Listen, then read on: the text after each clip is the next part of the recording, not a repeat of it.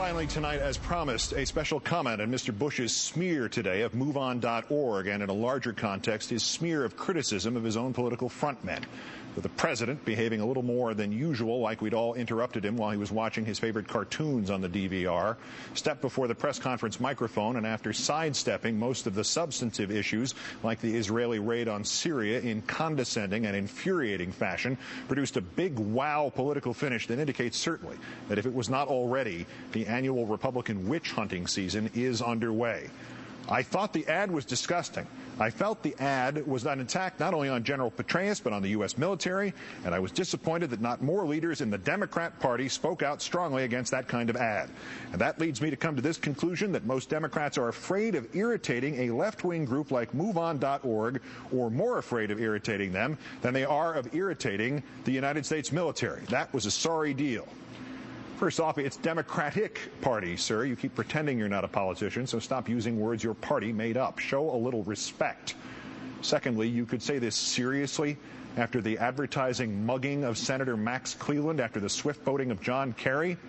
But most importantly, making that the last question, a plant, so that there was no chance at a follow-up.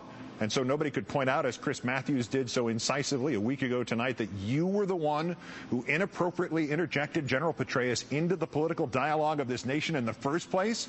Deliberately, premeditatedly, and virtually without precedent, you shanghaied a military man as your personal spokesman, and now you're complaining about the outcome and then running away from the microphone? 11 months ago, the president's own party, the Republican National Committee, introduced this very different kind of advertisement just 19 days before the midterm elections. Bin Laden and Zawahiri's rumored quote of 6 years ago about having bought suitcase bombs, all set against a ticking clock, and finally a blinding explosion and the dire announcement, "These are the stakes. Vote November 7th.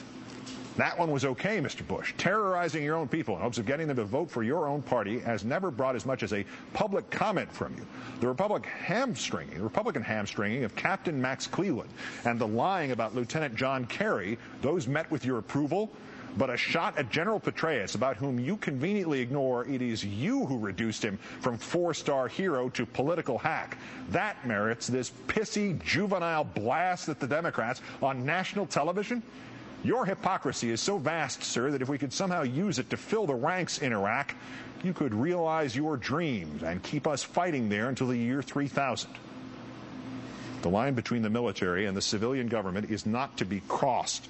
When Douglas MacArthur attempted to make policy for the United States in Korea half a century ago, President Truman moved quickly to fire him, even though Truman knew it meant his own political suicide and the deification of a general who history suggests had begun to lose his mind. George McClellan tried to make policy for the Union in the Civil War. President Lincoln finally fired his chief general, even though he knew McClellan could galvanize political opposition, as he did when McClellan ran as Lincoln's presidential opponent in 1864 and nearly defeated our greatest president. Even when the conduit flowed the other way and Senator Joseph McCarthy tried to smear the Army because it would not defer the service of one of McCarthy's staff aides, the entire civilian and Defense Department structures, after 4 years of fearful servitude, rose up against McCarthy and said enough and buried him. The list is not endless, but it is instructive. Air Force General LeMay, who broke with Kennedy over the Cuban Missile Crisis and was retired.